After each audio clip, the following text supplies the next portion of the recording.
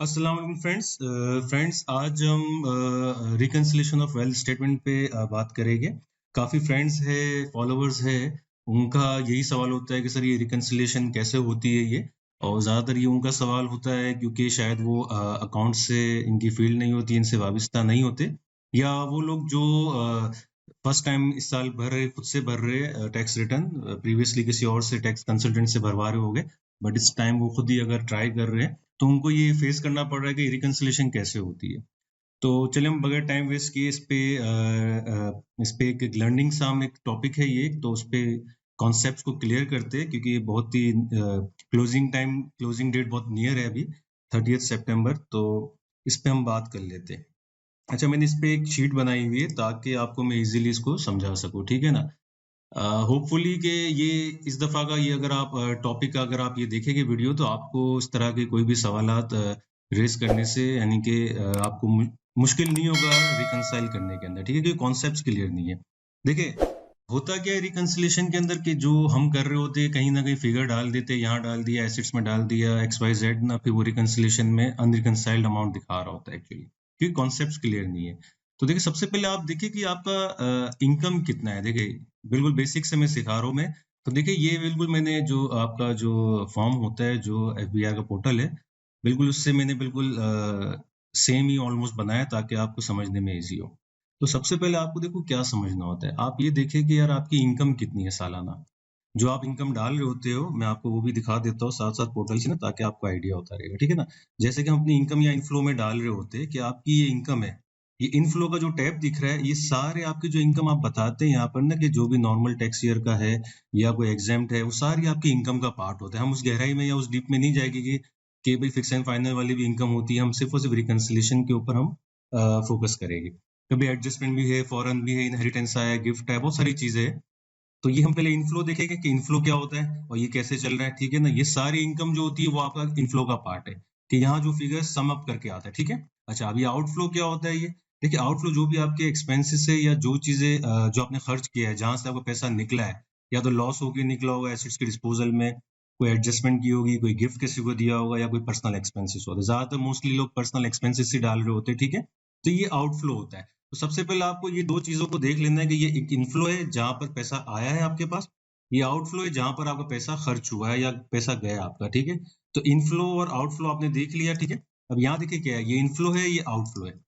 हम क्या कर रहे होते, देखिए ये इनफ्लो तो देख रहे हैं कि ये इनकम है 8 लाख, ठीक है। एक हमने एग्जांपल लेके हम चल रहे।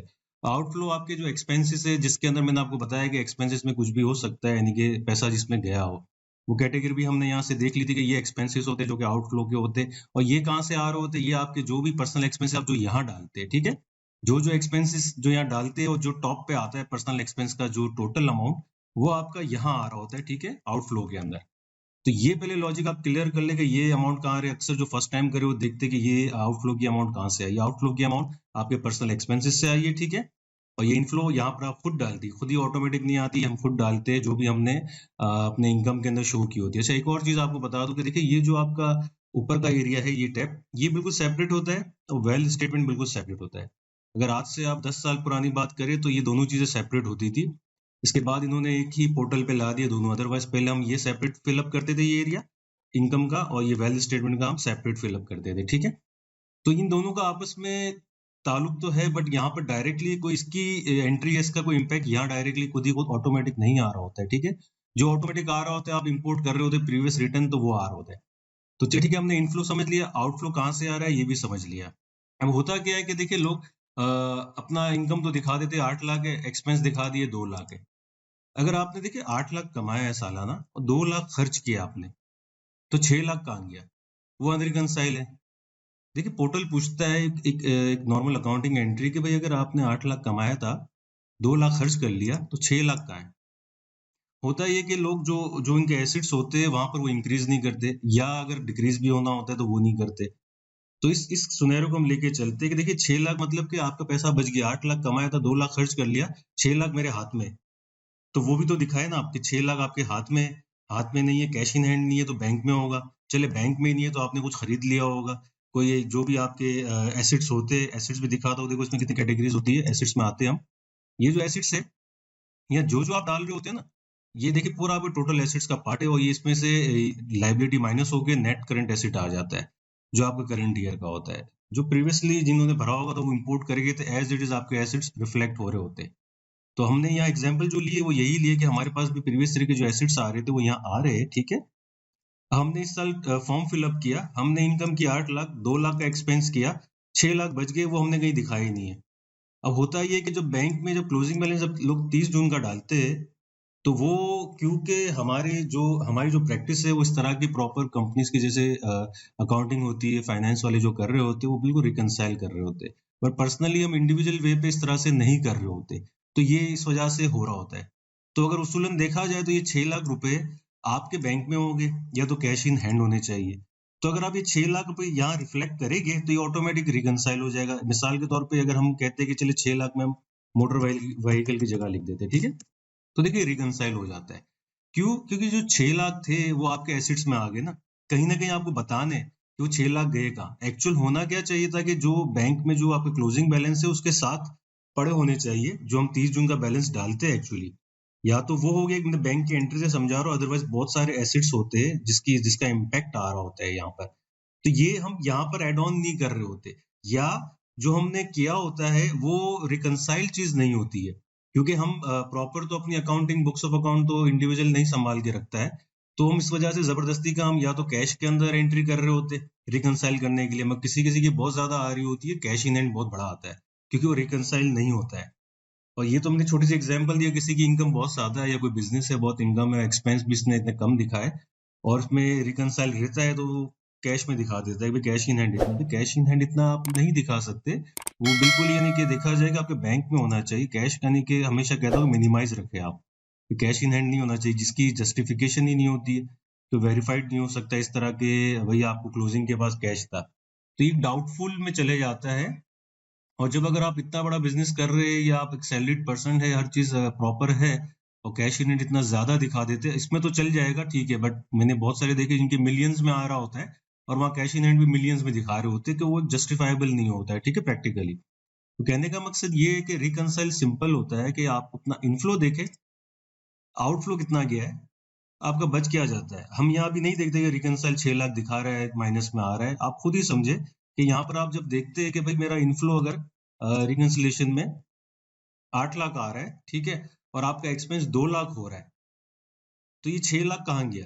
6 लाख से रिकंसाइल नहीं हो रहा होता है आपका, क्योंकि आपने जो एसेट्स के अंदर एंट्री की होती है ना वो इस हिसाब से नहीं की होती है कि वो उसको जस्टिफाई कर सके अनरिकंसिलिएशन को, क्योंकि हम जो मर्जी है डाल देते, कभी कैश में डाल दिया, कभी पर्सनल आइटम डाल दिया, कुछ ना कुछ डाल देते जो कि हमारा यानी कि आउट होता है, जो हमारी अकाउंटिंग प्रॉपर होती ही नहीं है। होना ये चाहिए कि देखिए ये अगर ये पर्सनल एसेट्स मेरे प्रीवियस ईयर के थे, ठीक है, ये मेरे प्रीवियस ईयर के एसेट थे, मैंने अभी कुछ भी नहीं किया है, ये प्रीवियस ईयर के एसेट ऐसे के ऐसे आप कहाँ से देख सकते हैं, देखिए ये रहा, ये net net asset previous year आ रहा है 2308, क्योंकि ये खुद ही खुद रिफ्लेक्ट हो जाता है प्रीवियस ईयर का, ठीक है।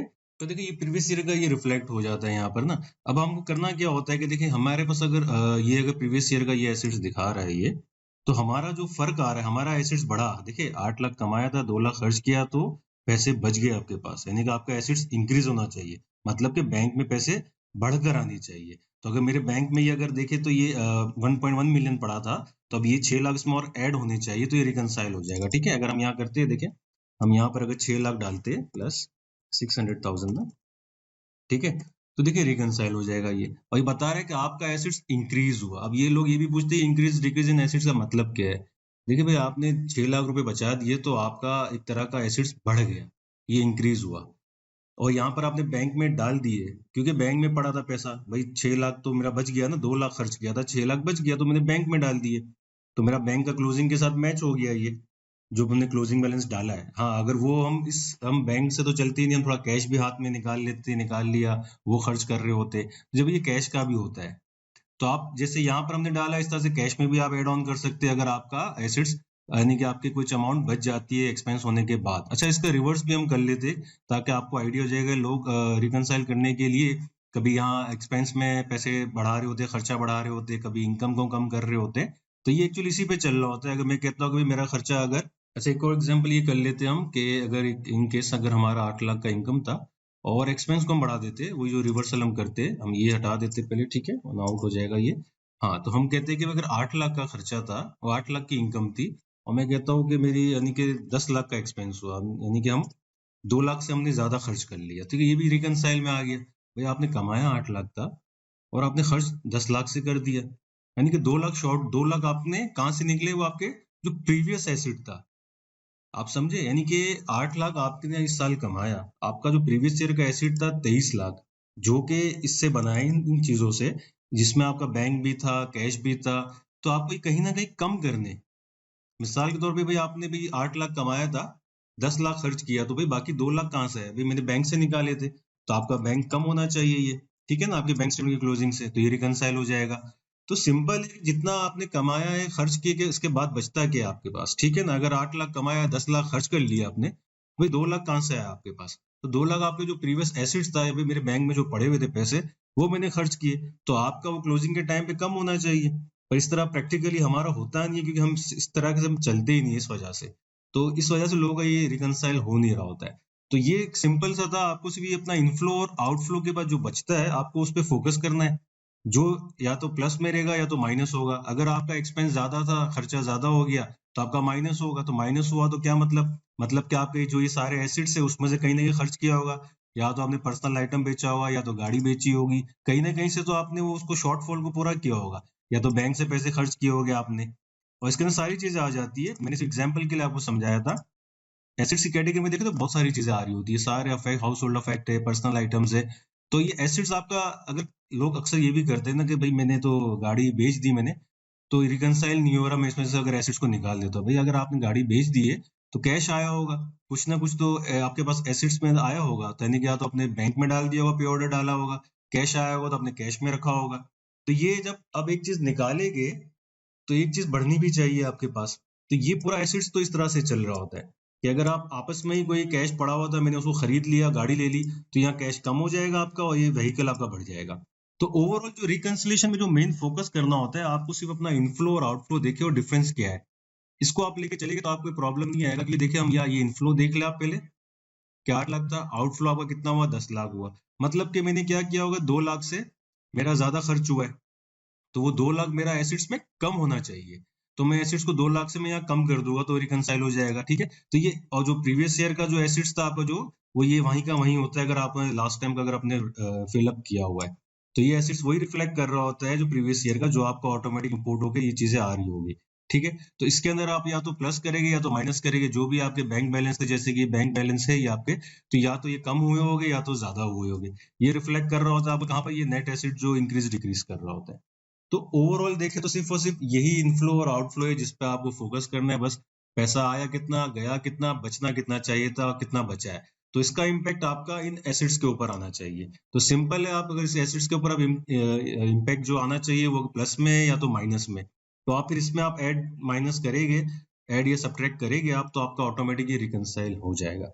आई होप कि ये छोटा सा एक कॉन्सेप्ट था रिकंसिलिएशन का, जो काफी लोगों को सवालात थे, वो अभी बिल्कुल क्लोजिंग पर है, सब लोग, सबमिशन डेट बहुत नजदीक है, तो ये कॉन्सेप्ट पे आप चलेंगे तो आप इंशाल्लाह आपका ये रिकंसाइल हो जाएगा। अगर इसमें आपको कोई अगर सवालात है, कोई क्वेश्चंस है, तो आप बिल्कुल मुझे वीडियो के कमेंट्स में बिल्कुल पूछ सकते हैं। Thank you, Allah Hafiz.